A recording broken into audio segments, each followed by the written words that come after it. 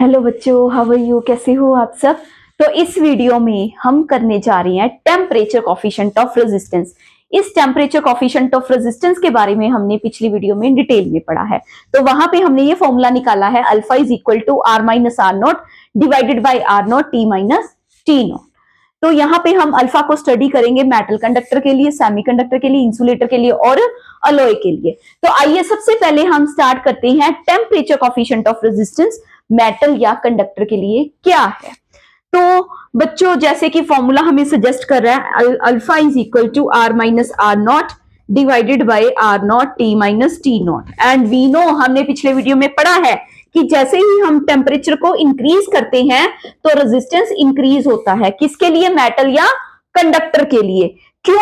इसकी डिटेल भी हमने पीछे पढ़ी है कि जैसे ही टेम्परेचर को इंक्रीज करेंगे then collisions of the electrons with ions increases, relaxation time tau decreases and resistance r increases, right? तो हम बोल सकते हैं टेम्परेचर इंक्रीज होने से रेजिस्टेंस आर आल्सो इंक्रीजेस।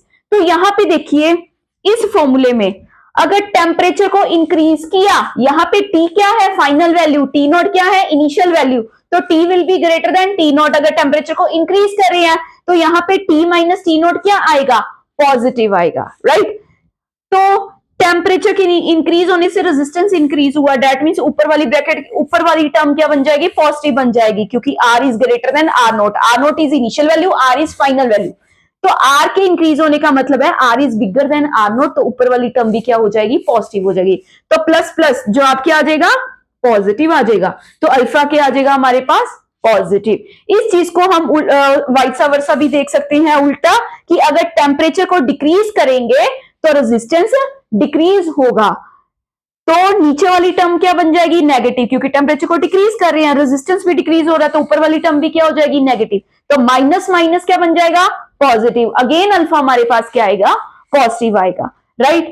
तो हमने ये देखा कि for metal and conductor the temperature coefficient of resistance is positive. और अगर हम इसके ग्राफ की बात करें, ग्राफ ड्रॉ करें टेम्परेचर वर्सेस रेजिस्टिविटी, या फिर बोल लीजिए रेजिस्टेंस, क्योंकि रेजिस्टेंस और रेजिस्टिविटी का ट्रेंड सेम है। रेजिस्टेंस इंक्रीज करेंगे मतलब रेजिस्टिविटी भी इंक्रीज हुई है, रेजिस्टेंस डिक्रीज हुआ है मतलब रेजिस्टिविटी भी डिक्रीज हुई है। तो यहां पे अगर हम इसको प्लॉट करें तो graph will come like this. मतलब टेम्परेचर को इंक्रीज किया, रेजिस्टेंस या रेजिस्टिविटी भी क्या है? इंक्रीज हुई है। ये ग्राफ किसका है? ये ग्राफ है एल्यूमिनियम का, राइट? अगर हम ग्राफ बनाए नाइक्रोम का तो वो ग्राफ इस तरह से आएगा, that will come straight line. तो दोनों ग्राफ में हम देख सकते हैं, ये ग्राफ हमने बनाया है नाइक्रोम के लिए।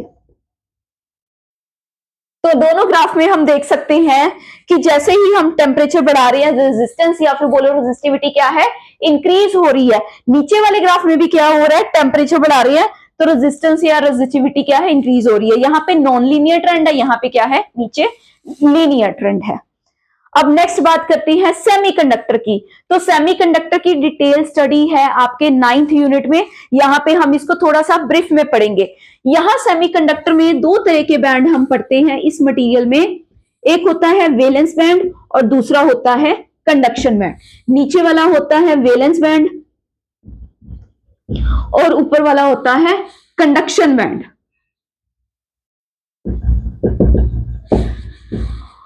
And valence band, conduction band are separated by a certain gap. This gap is known as the energy gap or forbidden energy gap. तो यहाँ वैलेंस बैंड कंडक्शन बैंड के बीच में एक गैप होता है जिसको हम एनर्जी गैप बोलते हैं। वैलेंस बैंड के अंदर होते हैं बाउंड इलेक्ट्रॉन्स, राइट? अब बाउंड इलेक्ट्रॉन्स का मतलब क्या है बच्चों? दिस इज अ न्यूक्लियस और इसके अराउंड क्या होते हैं? ऑर्बिट बने होते हैं, शेल्स बने होते हैं, और आउटर मोस्ट शेल में जो इलेक्ट्रॉन होता है उसको हम बोलते हैं valence electron. And you know valence electron is loosely bound with the nucleus. तो अगर इस इलेक्ट्रॉन को हमने फ्री करना है तो इसको क्या देनी पड़ेगी? एनर्जी देनी पड़ेगी। जैसे ही इस इलेक्ट्रॉन को एनर्जी मिलेगी तो ये इलेक्ट्रॉन क्या हो जाएगा? फ्री हो जाएगा। This electron become free electron. यहां पे ये बाउंड है, यहां पे ये बन गया है फ्री। मतलब जैसे ही इसको एनर्जी मिली इट बिकम्स फ्री। तो यहाँ वैलेंस बैंड में जो इलेक्ट्रॉन है दीज आर बाउंड इलेक्ट्रॉन। जैसे ही इनको एनर्जी मिली तो ये इस एनर्जी गैप को कवर करते हुए कहां पहुंच जाएंगे, कंडक्शन बैंड में पहुंच जाएंगे। यहां पे ये क्या हो जाएंगे, फ्री हो जाएंगे। एंड जो फ्री इलेक्ट्रॉन होते हैं they are responsible for conduction, right. इसलिए इस बैंड को बोलते हैं कंडक्शन बैंड। तो जितने ज्यादा इलेक्ट्रॉन नीचे से ऊपर जंप करके जाएंगे मटेरियल उतना ही क्या शो करेगा, कंडक्टिविटी को शो करेगा। ज्यादा कंडक्टिविटी का मतलब क्या है, कम रेजिस्टेंस, क्योंकि रेजिस्टिविटी कंडक्टिविटी एक दूसरे के रेसिप्रोकल होते हैं। तो यहां पे अब हमने देखा यहां इलेक्ट्रॉन को एनर्जी कैसे मिलेगी, अगर हम बाहर से इसका टेम्परेचर क्या करेंगे, इंक्रीज करेंगे। टेम्परेचर इंक्रीज किया या फिर रूम टेम्परेचर से मान लो इसको थर्मल एनर्जी मिल गई, तो ये these electrons will jump and will go from valence band towards the conduction band and will participate in conduction of the material of the semiconductor. Now, तो it means जैसे भी हमने टेम्परेचर इंक्रीज किया, जैसे ही हमने टेम्परेचर इंक्रीज किया इस electron को ज्यादा थर्मल एनर्जी मिलेगी। ज्यादा थर्मल एनर्जी मिल गई तो more electron will go from valence band to conduction band, और जितने ज्यादा फ्री इलेक्ट्रॉन होंगे उतने ज्यादा वो कंडक्टिविटी में पार्टिसिपेट करेंगे। तो जितनी ज्यादा कंडक्टिविटी बढ़ेगी, अगर कंडक्टिविटी बढ़ गई, कंडक्शन बढ़ गई, तो दैट मीन्स रेजिस्टेंस क्या होगा, डिक्रीज हो जाएगा, resistance will decrease. So here we conclude that as temperature increases the resistance decreases. यहां पे उल्टा हो रहा है, यहां पे उल्टा था, यहां पे टेम्परेचर इंक्रीज करते थे रेजिस्टेंस इंक्रीज होता था, यहां पे टेम्परेचर इंक्रीज कर रहे हैं रेजिस्टेंस क्या है, डिक्रीज हो रहा है। तो अगर हम इस ब्रैकेट यहां पे इस फॉर्मूले को देखें, टेम्परेचर इंक्रीज किया तो नीचे वाली ब्रैकेट क्या हो जाएगी, पॉजिटिव, और रेजिस्टेंस डिक्रीज हो गया तो ऊपर वाली टर्म क्या बन जाएगी, नेगेटिव, क्योंकि R become lesser than R nought, तो ऊपर वाली टर्म हो गई नेगेटिव। प्लस माइनस माइनस, तो अल्फा हमारे पास क्या आ जाएगा, नेगेटिव आ जाएगा। या फिर उल्टा बोल सकते हैं कि अगर टेम्परेचर को हम डिक्रीज करेंगे तो रेजिस्टेंस इंक्रीज हो जाएगा। टेम्परेचर को डिक्रीज किया, नीचे वाली टर्म क्या बन जाएगी, नेगेटिव, रेजिस्टेंस क्या हो गया, इंक्रीज हो गया है, तो ऊपर वाली टर्म क्या हो जाएगी, पॉजिटिव, प्लस माइनस माइनस। तो यहां पे अल्फा हमें क्या मिलेगा, नेगेटिव ही मिलेगा। तो हमने देखा सेमीकंडक्टर के लिए अल्फा की वैल्यू क्या होती है, नेगेटिव होती है। और अगर हम इसका ग्राफ बनाने की कोशिश करें, टेम्परेचर, दिस इज रेजिस्टेंस या फिर रेजिस्टिविटी, इसका जो ग्राफ बनाएंगे that will come like this. मतलब यहां पे एक्सपोनेंशियल डिके होगा रेजिस्टेंस या रेजिस्टिविटी में। मतलब as we increase the temperature resistance या रेजिस्टिविटी विल डिक्रीज। ठीक है। तो अगर हम सेमीकंडक्टर की एग्जांपल देखें तो सेमीकंडक्टर एग्जांपल में क्या आता है, जर्मेनियम और सिलिकॉन। ठीक है। नेक्स्ट है इंसुलेटर। तो इंसुलेटर भी यही सेम ट्रेंड शो करता है सेमीकंडक्टर की तरह, कि जैसे ही हम टेम्परेचर को इंक्रीज करते हैं तो रेजिस्टेंस क्या है, डिक्रीज होता है, राइट।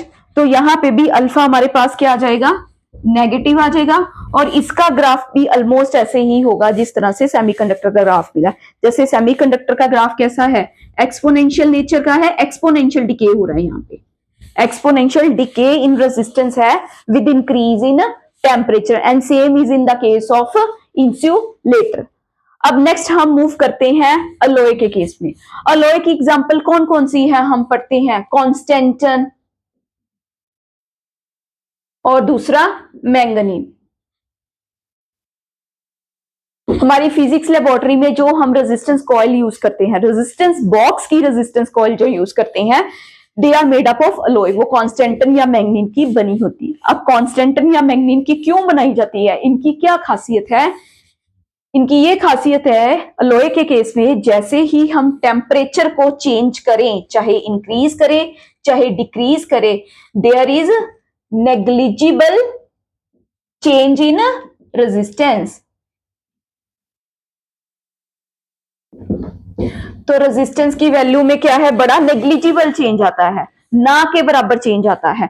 मतलब ऊपर वाली जो वैल्यू है वो चेंज ही नहीं होती, रेजिस्टेंस आर की वैल्यू चेंज ही नहीं होगी, तो जितनी इनिशियल वैल्यू उतनी ही फाइनल रहेगी।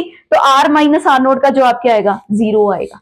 तो यहाँ पे जो R है that is approximately equal to R0, क्योंकि रेजिस्टेंस ने नहीं चेंज होना, आप टेम्परेचर को जितना मर्जी बढ़ाते चलो या कम करते चलो तो resistance will remain the same. तो यहाँ पे अल्फा हमारे पास क्या आ जाएगा, अप्रोक्सीमेटली इक्वल टू 0। अब 0 बोल लीजिए या फिर बोल लीजिए वेरी वेरी स्मॉल, अल्फा की वैल्यू जो है that is very very small. ठीक है। अगर हम इसका ग्राफ बनाने की कोशिश करें तो ये है टेम्परेचर, इस तरफ हमने रखा रेजिस्टेंस या रेजिस्टिविटी को। जैसा कि हम पढ़ चुके हैं कि आप टेम्परेचर को जितना मर्जी चेंज कर लो, रेजिस्टेंस ने चेंज होना ही नहीं है, और अगर चेंज हुआ तो बड़ा नेग्लिजिबल चेंज होगा। तो इसका ग्राफ अप्रोक्सीमेटली क्या आएगा, स्ट्रेट लाइन आएगा, इस तरह से ग्राफ आएगा। मतलब ये अपनी ओरिजिनल स्ट्रेट लाइन से ये बहुत कम डेविएट होगा, बहुत नेग्लिजिबल चेंज आएगा। रेजिस्टेंस जो है that will change very very small, उसकी रेजिस्टेंस की वैल्यू में बहुत कम चेंज आएगा। Almost the graph will remain the straight line, right. तो हमने ये पढ़ा यहाँ पे अलॉय के बारे में। तो हम ये कंक्लूजन निकालते हैं कि अल्फा की वैल्यू होती है पॉजिटिव फॉर मेटल और कंडक्टर, सेमीकंडक्टर इंसुलेटर के लिए alpha is negative, and alloy के लिए अल्फा क्या है, ऑलमोस्ट 0 है।